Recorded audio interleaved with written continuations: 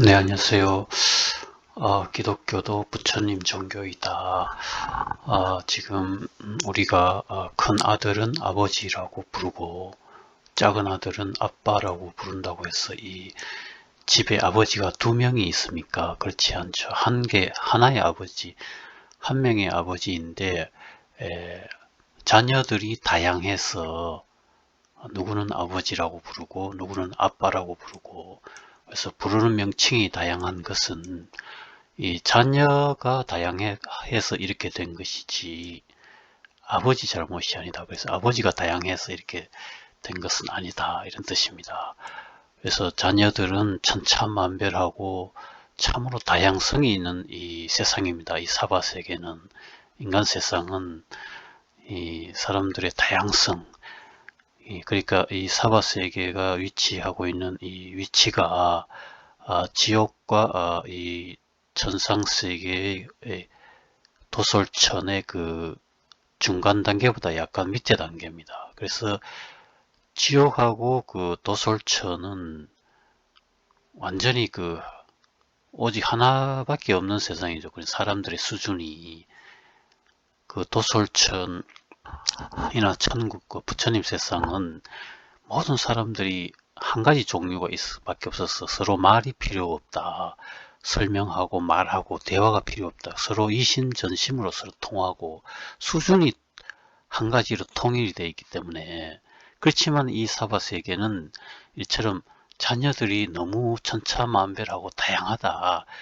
그래서 명칭이 여러 가지가 생겼을 뿐이지 아버지가 다양해서 그렇게 된 것은 아니다, 이 뜻입니다. 그래서 우리 모두는 부처님의 자녀입니다. 그래서 이 경전에서는 그 불자를 해서 아들 자자를 써서, 그래서 한글 번역은 부처님의 아들이다 이렇게 적혀 있는데, 뭐 아들이나 자녀나 딸하고 여자하고 같이 넣어서 그냥 자녀라고 하면은 뭐, 그러니까 우리가 언어락 하는 것이 이처럼 이 언어를 읽고 접하는 사람들이 워낙 다양하다 보니까 다 자기 그릇대로 이 언어를 해석합니다. 그렇게 하다 보니까 이 자녀들이 다양해서 이렇게 하나의 가르침도 수많은 종류로 이렇게 해석이 되어버리는, 그렇게 되는 거예요. 그래서 이 경전에서는 아들 자자를 써서 아들이다, 부처님의 아들이다 이렇게 나오는데, 이 뜻은 무엇이냐 하면은 모든 사람들의 본성에는 부처님 성품이 있어서, 그러니까 부처님의 씨앗이 있어서 누구나가 그 부처님 성품을 잘 이렇게 발전시키면은 성불을 할 수 있다, 큰 깨달음을 얻을 수 있다는 그 뜻에서 이 부처님의 아들이다, 부처님의 자녀다, 이렇게 이야기하는 것입니다. 그리고 전지전능하시고 영원불멸하시고 태초부터 부처님이신 아버지 부처님만이 중생을 구원할 수 있습니다. 이 내용도 다 부처님 말씀 경전에 다 나오는 이야기입니다. 그러니까 여기 전지전능이다 그럼 부처님 경전에서는 일체지 무한한 실력 이렇게 적혀 있어요.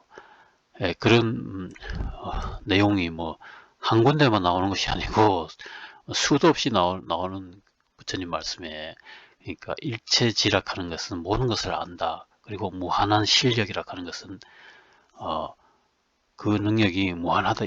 그 말은 곧 쉽게 말하면 전지전능이죠. 그리고 수명이 무량하다 이렇게 경전에는 적혀 있지만은 그것을 쉽게 말하면 영원불멸입니다. 그러니까 경전에서는 어디로부터 뭐 태어나시거나 돌아가시거나 그런 분이 아니고 여기에 항상 머물러 계신다, 그렇게 적혀 있어요. 그러니까 그것이 쉽게 말하면 영원불멸인 것이죠. 그 다음 태초부터 부처님이시다. 이것은 경전에는 어떻게 적혀 있냐면은 본래 부처님 이렇게 적혀 있습니다. 본래라 하는 말이 쉽게 말하면 태초인 거죠. 그러니까 언어라 하는 것이 읽는 사람들의 자기 그릇에 따라 해석이 되니까, 그러니까 천차만별에 이렇게 하나의 아버지를 두고 천차만별의 가르침이 분류가 구분이 생겨나게 됩니다. 격가지가 생겨나게 된 것은 이 자녀들이 다양하고 어리석어서 그렇게 됐지 아버지 탓이 아닙니다. 그러니까 이 언어로 쓰고 또 그 언어를 읽어서 해석하고 또 번역하고 하는 것이 전부 자기 그릇에 따라서 해석하니까 사람들이 그러니까 본래 부처님이라는 그 굉장히 말씀이 쉽게 말하면 태초부터 부처님이네 그 뜻이 그러니까 본래 부처님 그러니까 서가모니 부처님 그 사람 몸으로 태어나서 성불하는 과정을 보여주고 열반에 드시는 그 부분은 이 본래 부처님이신 분이 사람들한테 보여주기 위한 방편으로 그렇게 사람 몸 받아서 오셔서 그렇게 보여주신 겁니다. 왜냐하면은 너희들도 이렇게 하면 누구나가 할 수 있다 하는 것을 그런 뜻을 심어주기 위해서 보여주시고자 그렇게 방편으로 사람 몸으로 왔다 가시는 그거지. 그 이전에 태초부터 본래부터 계시는 부처님이 있다는 그 경전에서 다 부처님께서 그 말씀을 다 하셨습니다. 그래서 아버지 부처님만이 오직 나 한 사람만이 중생을 구원할 수 있느니라 이 말씀도 경전에 다 나옵니다. 그러니까 부처님 설법에 46년 동안 설법을 한 자리에 모으면은 이런 탑의 모양인데 이 지금 제가 말씀드리는 이 가르침은 이 탑의 맨 꼭대기 부분의 가르침이에요. 부처님 가르침이에요.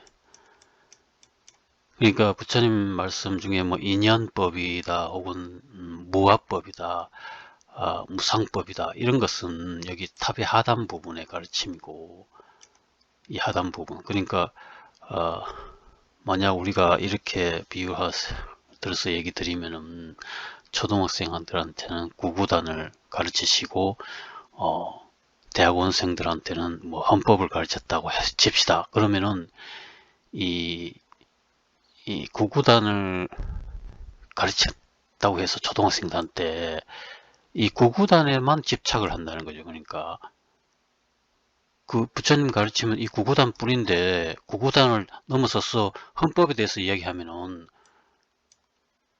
이해하지 못한다는 거죠. 그러니까 그것은 부처님 가르침이 아니다 이렇게 말해버린다는 거예요. 그것이 그러니까 왜곡되고 잘못됐다는 뜻입니다. 그래서 부처님께서 여기 지금 말씀하신 이 최상승의 이 가르침을 설하기는 직전에 부처님 제자들 등에서 5천인 제자가 자리에서 일어나서 나가버렸다고 하죠. 5천인 제자가. 그러니까 5천인 제자가 나가버리고 남은 500인 제자를 앉혀놓고 이런 말씀 설법하셨어요. 그러니까 그때 당시에서조차도 이렇게 대다수 제자들이 부처님 가르침의 본 뜻을 모르고 이렇게 정상만 제자라고 합니다. 이런 제자가 대다수였는데 하물며 현대식에는 더 왜곡되고 잘못된 거죠. 그래서 남은 격가지와 잎사귀는 나가고 고든 알곡만 남은 500인 제자를 앉혀놓고 이런 진실법을 이렇게 설법하신 겁니다. 그래서 후 40여 년 미현 진실하시고 40여 년 동안 이렇게 방편법을 탑의 하단 부분에 되는 가르침을 설법하시고 나머지 6년 동안 후반부에 진실법을 이렇게 설법하신 겁니다. 그래서 요 진실법이 이것이 부처님 제자들에 의해서 서양으로 전파가 된 겁니다. 서양으로. 그러니까 이 서양의 종교는 그러니까 부처님의 이 최상의 법에 씨앗이 뿌려져서 서양으로 갔으니까 서양에 있는 기독교도 부처님 종교인 것이죠. 부처님 가르침이 서양으로 넘어간 겁니다. 부처님 제자들에 의해서 전법이 됐다는 거죠. 제자들에 의해서 서양으로 전법이 돼서 기독교가 된 것이다. 그래서 그러므로 기독교도 부처님의 종교이다. 이 뜻입니다. 그러니까 최초 설법은 이런 설법에 최초 설법은 서가모니 부처님께서 하셨다.